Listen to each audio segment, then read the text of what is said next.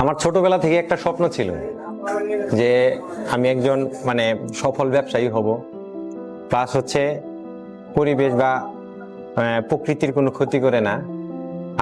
আমরা যে ধর্মাবলম্বী আছি তারা হচ্ছে অধিকাংশ লোকই প্রকৃতি পূজারী, কারণ হচ্ছে প্রকৃতির উপর নির্ভর করে তা আমাদের কর্মসংস্থানের সৃষ্টি করতে হয়।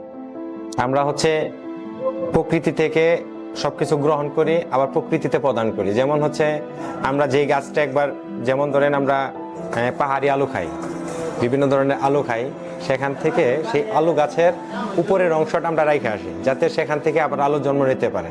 যেমন আমরা এই বাঁশের কাজগুলো করতেছি, এই বাঁশে আপনি যত বাঁশ যেগুলা প্রাপ্তবয়স্ক হবে, সেই প্রাপ্তবয়স্ক গাছগুলো যখন ধরেন আপনি ছাঁটাই করে দেবেন, তখন সেখান থেকে আবার নতুন কোরল বসে নতুন একটা গাছ তৈরি হবে।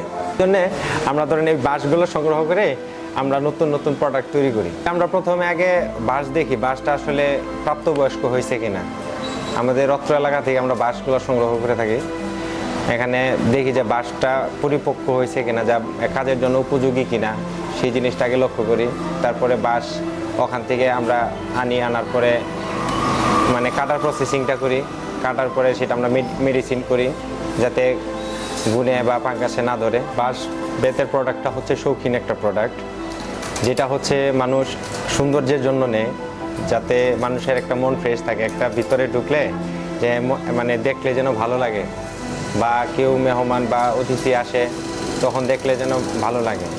আর এখানে যদি ধরেন আমরা এই যে ট্রিটমেন্টগুলো করি বা এই যে ধাপে ধাপে যে প্রসেসিংগুলো করি, যেমন আমরা ওই মেডিসিনটা দেই, যে বরিক বরাকটা দেই, সেই বরিক বরাকটা যদি সঠিকভাবে দেওয়া না হয় তাহলে আপনার ধরেন গুণগত মানের সাথে আপনার যে পাঙ্গাস ধরবে, তারপরে ঘুনে ধরবে, তারপরে আপনার ধরেন অল্পতে নষ্ট হওয়ার একটা সম্ভাবনা থাকে।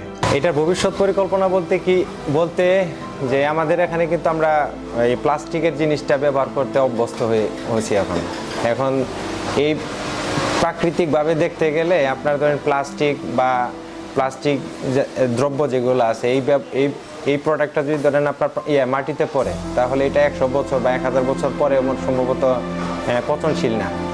কিন্তু আমরা যে প্রোডাক্টগুলো ব্যবহার করতেছি, বাঁশের প্রোডাক্টগুলা, বেতের প্রোডাক্টগুলা, এগুলা হচ্ছে প্রকৃতি। এখন আপনি ধরেন এই প্রোডাক্টটা নষ্ট হয়েছে বা ভেঙে গেছে, তখন আপনি ধরেন এটা যদি মাটিতে ফেলে দেন, এটা আপনার হয়তো বা 2-3 মাস লাগবে এটা নষ্ট হইতে। এটা কিন্তু মাটির কোনো ক্ষতি করতেছে না, প্রকৃতির কোনো ক্ষতি করতেছে না। সেই জন্যে আমার এই উদ্যোগটা আর কি, যে না আমরা যেই জিনিসগুলা ব্যবহার করব সেটা যেন প্রকৃতির কোনো ক্ষতি না করে। আমার নাম হচ্ছে শ্রী সঞ্জয় চন্দ্র বর্মন, আমার বাড়ি হচ্ছে পীরগাছা তেমাথা বাজার। আমাদের পরিবারে হচ্ছে আমরা 9 জন। এখানে প্রায় 20-22 আইটেমের আছে।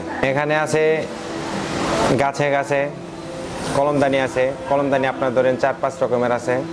আবার ফুলের টব আছে, ডাস্টবিন আছে, চায়ের ট্রে আছে, টঙ্গর আছে যেটাকে আমরা টি স্টল বলি।